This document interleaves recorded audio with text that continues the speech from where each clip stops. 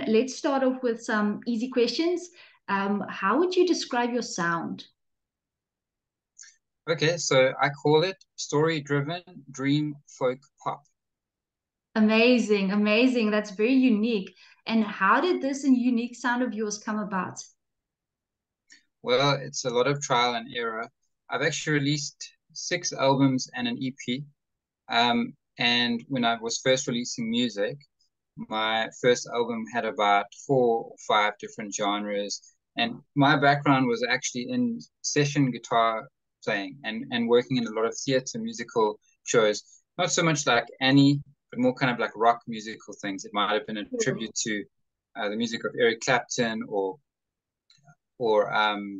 Carlos Santana or something like that. So my job used to be trying to internalize and understand all of these different styles of music. So when it came from time for me to actually release my first solo album, I had so many ideas and directions that I wanted to pursue. So the first album's got like bits of acoustic African folk, um, like folk pop music, and then alternative rock music, and then kind of more dancey pop. Um, so those are all things that I was interested in at the time. But then slowly over time, you realize what you're kind of best at and what your lane is. And although I still experiment all the time, I've kind of tried to broadly bring it into a world of, I know that my strengths are in the storytelling and my lyrics, hence the story driven. And the dreamlikeness is a way of me explaining my love for like the ethereal aspect of art, kind of the mystery and the fantasy in art. That's a big passion of mine as well. And then folk music because I'm often playing an acoustic guitar, Mhm. and pop because you can also hear it on radio at times. Yeah, yeah. Awesome. Thanks, Rowan. And then who would you say are your music influences? And what about these artists resonates with you? Sure. So the first band that I ever really got crazy about was the Smashing Pumpkins, um, back when CDs were cool. And but they're so unique that I'm not sure if there's a strong signature of theirs in my music. What I would say is that I then moved on to some other artists, including Sting, who everyone knows. And what I really like about Sting is that, so Sting's background is that he was an English school teacher before he became a full-time I didn't know um, that. musician. Yeah.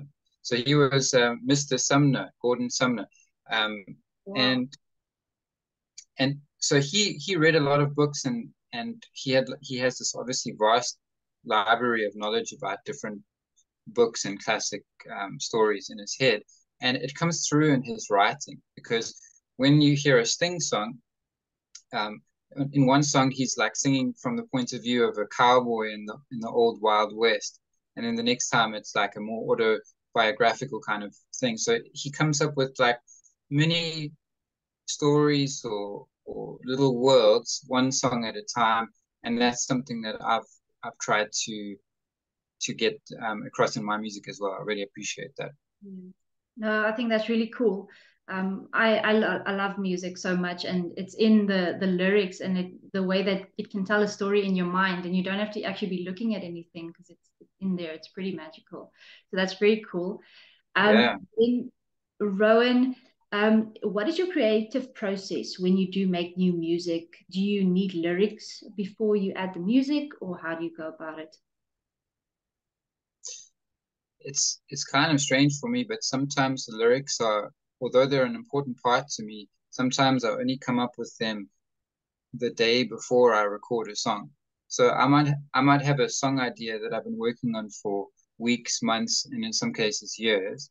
And it starts off initially as like me on guitar coming up with something that just feels like it has a complete picture to it. It doesn't have to have a story, but it just has to set the scene. So does this particular combination of chords and melody make me feel like I'm on a beach at sundown and there's no one else around, for example?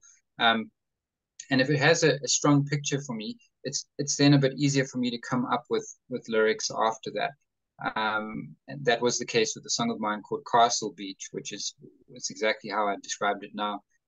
So often the lyrics, they don't come until much later on in the process. But I will say that when I'm coming up with demos, I try and just sing the first thing that comes to my head. And it can be like a really weird word, or it can be very generic. But somehow the subconscious knows how to find a word that fits nicely with the melody and the rhythm of the song. And every now and then that actually becomes the final lyric of, or part of the final lyric of the song, which is very helpful for me, because then I don't have to sit there and replace a lyric with something that's better, if that Yeah. makes sense. Yeah, because it's already there. Sure, that's cool. All right. Yeah. Then, of course, you've mentioned the guitar a couple of times now, and you are extremely talented on the guitar, I have to say. Thank you. Just where does this love for the guitar come from for you? So my parents are both musicians, and they were doing live performances even before I was born. Like my mom was apparently very heavily pregnant with me and still playing bass guitar. Oh, Um, wow. and I, I've I've read or I've heard certain things about how certain stimulus that you give to an unborn child can actually affect them long term. And I wouldn't be surprised if having the bass guitar and the frequencies playing through sort of affected me on some kind of like lifelong level. And then so I came out as a creative kind of kid, but I wasn't really big into music just yet until about age 10 or 11, when I found a guitar lying around the house. There always were guitars. And then I guess I was like, how does this thing work? Let me try it. And then what I really loved about it was that um, with just a few different, like learning a few different shapes and patterns, you could make something that started to actually have its own identity, and it could become like almost a quicker way of me trying to express what I was already trying to in maybe visual art and drawing and stuff, because that takes time. And now I could actually like open up the worlds that I was experiencing in my mind with the help of chords and music. And I really, really fell in love with guitar then. And ever since then, not a week has gone by where I haven't picked up a guitar to play it. That's so cool. I love the aspect where you mention about when your mom was pregnant with you. There's an element of destiny there. I think you were just made for the guitar, and that's very beautiful. So thanks for sharing that. Great, Rowan. So let's move on to your newly released single, Otherlife, which is amazing. And yeah, I'd just like to understand, what is the story behind Otherlife? What story are you trying to tell with Otherlife? Sure. Okay. So this one it was actually kind of a little bit more straightforward than a lot of my songs. The previous single that I released called Empire is dealing with a lot of different subject matter, whereas Otherlife kind of stands out in that it's kind of autobiographical, and it was me reminiscing about my time spent touring the country and playing small town shows and things with my partner Karen and my best friend Andy. When I used to leave for a tour and not and have like maybe a few thousand rand in the bank, just enough to cover the fuel to get around, and just hope that I would sell some CDs or some merchandise at the next show. And that kind of lots of driving.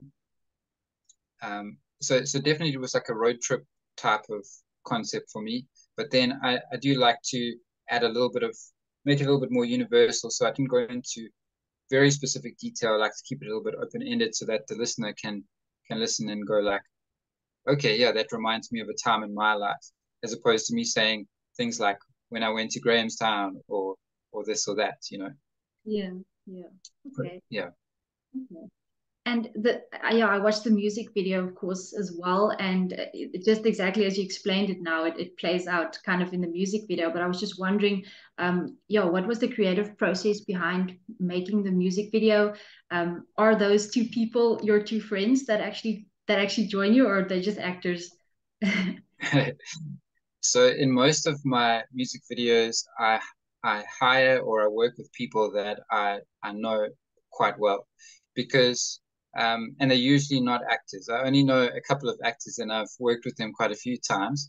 But Cameron and Nikita from the Otherlife music video, literally people who lived on my street. Wow. Um, and when we had the mass looting in KZN last year, it was last year, right? Yeah, I think. yeah. Um, yeah, time is flying so fast now. But um, I volunteered to do these late night vigils for our neighborhood watch. We would go there and like phone in if a suspicious vehicle came past or something. And that's where I met Cameron and Nikita, only to find out that Cameron had been living on the same street as me for about 20 years or so. Um, and we really hit it off. He's a really nice guy. She's really, really nice lady. And I thought they're also really nature people. So they're both like involved in marine biology and things like that. And Cameron's the kind of guy, like if I was lost in the woods, I would hope that I could have him around, because um, he will make sure that we survive. Get the So fire. when I was coming, yeah, what's that? He's gonna get the fire going and everything. Got the flint. Yes, Yeah, yeah. exactly. Although ironically, it took us so long to get that fire going in the music video. Oh, I think it took about half an hour to get, because half everything an hour. was damp at that time. Oh, okay. Yeah, Where did you guys shoot that music video? Was it also in South Africa, I assume? yeah. So everything South Africa. The video was shot. The parts with the car driving around, those were filmed in Hilton, KwaZulu-Natal. Then we stopped off for a few short scenes in a place called Linfield Park, and then the campfire scene was literally shot in Cameron and Nikita's backyard, Wow. um, in Waterfall, KZN. Okay. Yeah. Okay. Very nice. Great. Then, Rowan, the release of Otherlife, you've already mentioned that it comes right after Empire, and I think both of these releases are part of your 6 month release schedule for the year, I believe. And it's described as all of these releases are described as having this post-apocalyptic fairy tale theme, which I just think is so awesome. It's those two words. It's a little bit of an oxymoron, right? So you don't expect to Sure. think about apocalypse when you're thinking fairy tales. So yeah, I was so intrigued by that, and I just want to understand, yeah, what is the story behind that particular theme that you chose? Okay, so that phrase was kind of helpful to me. It is kind of, I guess, confusing, because it is self-conflicting or contradictory, but it really helped me kind of make sense of what I was trying to say visually and stylistically with my latest few songs. So as I mentioned earlier, I'm a big fan of fantasy genre, and the fairy tale kind of aesthetic, but it's hard to kind of get that across. At the same time, I'm also a fan of science fiction. And I had a music video some years back that kind of set the tone for me. It's a song called Survivors. And the music video deals with it's kind of more post-apocalyptic, because it's a father and daughter in this end of the world type of thing. And he's running out of food and trying to keep her happy and everything like that. And I loved the kind of the color palette that we went for, with the very earthy tones and everything looking a bit dirty and grimy and grungy. And that kind of made sense to me, because the current landscape since I released that song has become even more dystopian and post-apocalyptic, with lockdowns and craziness, and now AI and whatever, and people not knowing what's going on, and everything's just like evolving so rapidly. So with that weird sense that the world has gone to a crazy place, the post-apocalyptic thing felt like an apt analogy. But then, in order for me to try and get my love of fantasy, and I'm also putting little elements of fairy tale-esque imagery in as well. So to start with, the album, I mean, the single artwork for these songs is very much basically like a storybook aesthetic, where I studied like vintage fairy tale artwork as a reference and whatnot. And then I'm soon to release another music video. It just hasn't been filmed yet, but we're planning to film it towards the end of this month. And on that video, I'm planning to go a lot more into the actual fantasy aesthetic. So it'll all kind of make sense, the three songs together and then the ones that come subsequently after that. Okay, so they're all kind of part of a bigger story that you're trying to tell. Is that right?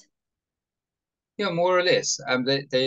They're designed to feel like they fit into the greater like Rowan Stuart world that I'm creating for people when people need a break from the craziness of reality and they want to just like escape somewhere, but that feels kind of wholesome at least. Yeah. Oh, awesome. Then, Rowan, just with all of these releases that you are doing, can we expect a full album in the near future being released? It's a really good question. And somebody else asked it to me today, actually, and I actually don't know what the answer is.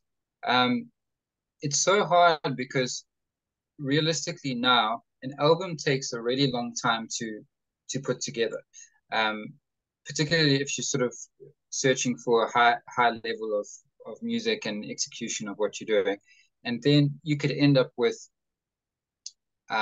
spending like a good year on an album.